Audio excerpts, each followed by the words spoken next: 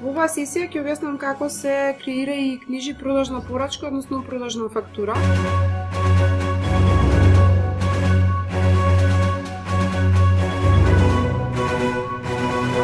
За таа цел преку рол центарот на сметководител ќе пристапам до продажните порачки.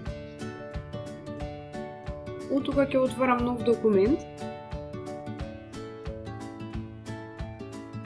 во чијешто заглавие треба да се пополни редоследниот број за кој што може да има дефинирана нумерацијска серија, или во конкретниот случај јас немам дефинирана нумерацијска серија, туку ќе го напишам бројот рачно. Кај купувач се избира купувачот, доколку знаеме како се вика, доколку не знаеме шифрата, избираме од листата.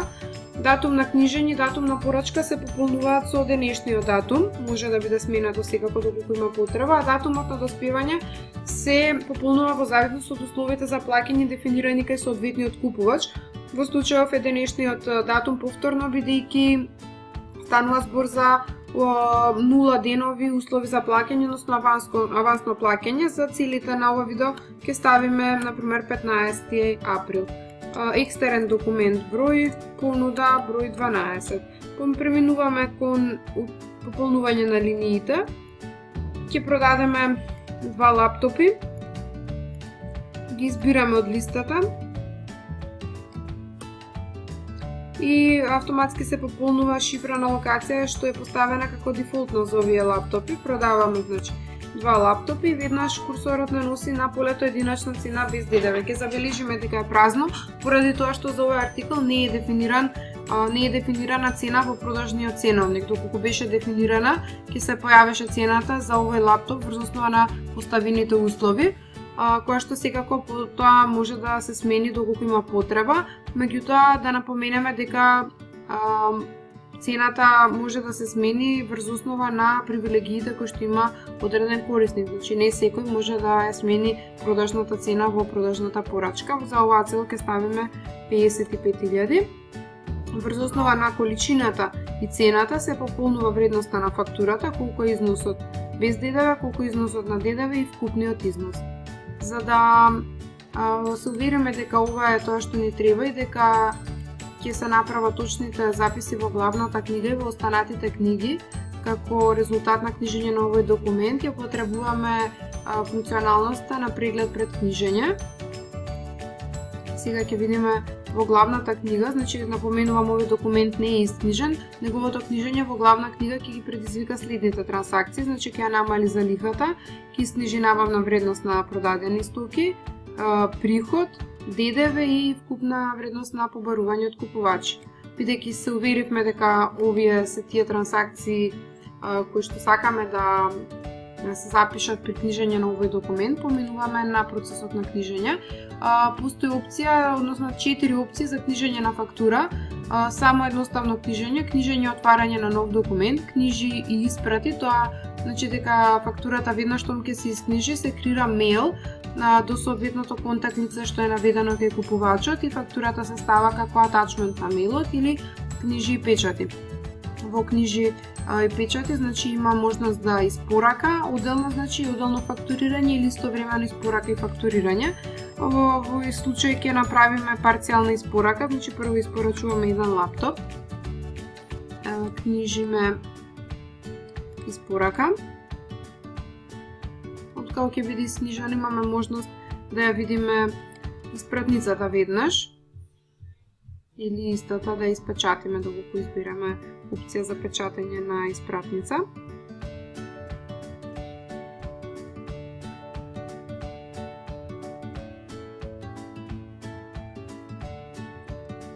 Значи, испратница на кого се однесува, количина, опис, секако нели овие детали во излезните документи, значи продажна испратница и продажна фактура се кастомизираат по барање на корисникот, нели секој има свој различен темплет.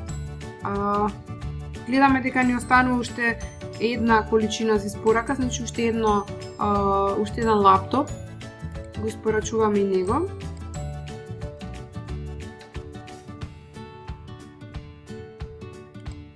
И и гледаме дека за оваа порачка всушност сега имаме две испратници. Еве ги двете испратници со по еден лаптоп. Сега ќе поминеме кон количина за фактура, значи односно фактурирање на овој износ, така што овие две испратници ќе ги поврземе со една продажна фактура.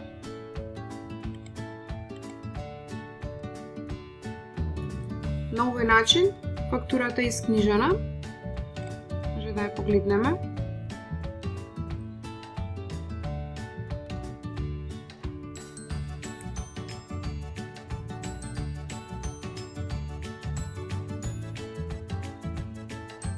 Ева продажната фактура, значи со соодветни детали, за кого се однесува фактурата, кој е продавачот, опис, количина, единица, мерка, значи износи, спецификација на ДДВ и долен дел каде што има задолжителни полиња за датум и место на прием, која примерувате и која е лице овластено за фактурирање. На овој начин се генерираат продажни, односно излезни фактури. Доколку сакаме да го видиме искнижениот документ, може да пристапиме и тука до книжени продажни фактури.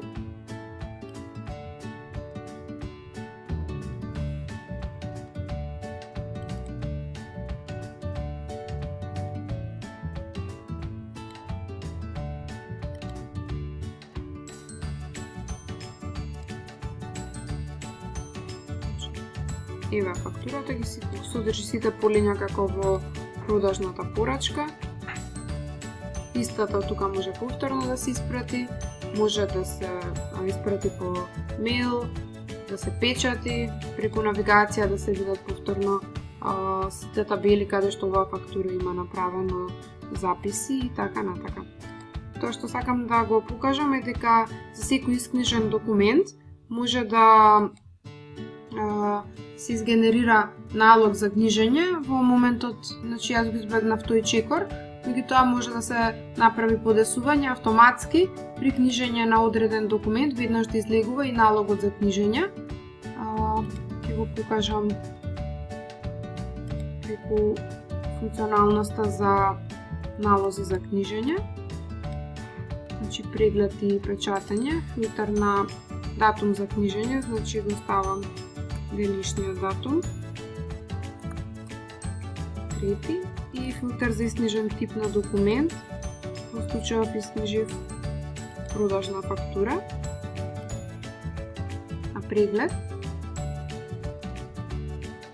се генерира налогот за книжење, можеме истиот да го видиме, да го испечатиме. Значи напоменувам дека доколку се направи соодветно подесување, може во моментот на книжење на самата фактура да излезе и налогот, а исто така може да се направи подесување, например, доколку се книжат повеќе фактури, да се на крајот од процесот на книжење за сите нив да се изгенерира еден налог за книжење. Еве гледаме дека на денешен датум има две фактури искнижено.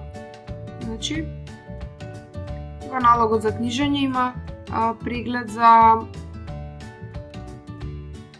датумот на книжење, број на документ, екстерен документ, конто на кој што е искнижено, опис, должи, побарува, опис на изворот, кој е корисникот што го направил, број на налог за книжење, датум на налог за книжење, како и на крај рекапитулар на сите конта кои што се искористени, односно на кои што се евидентирани трансакции во соодветниот налог.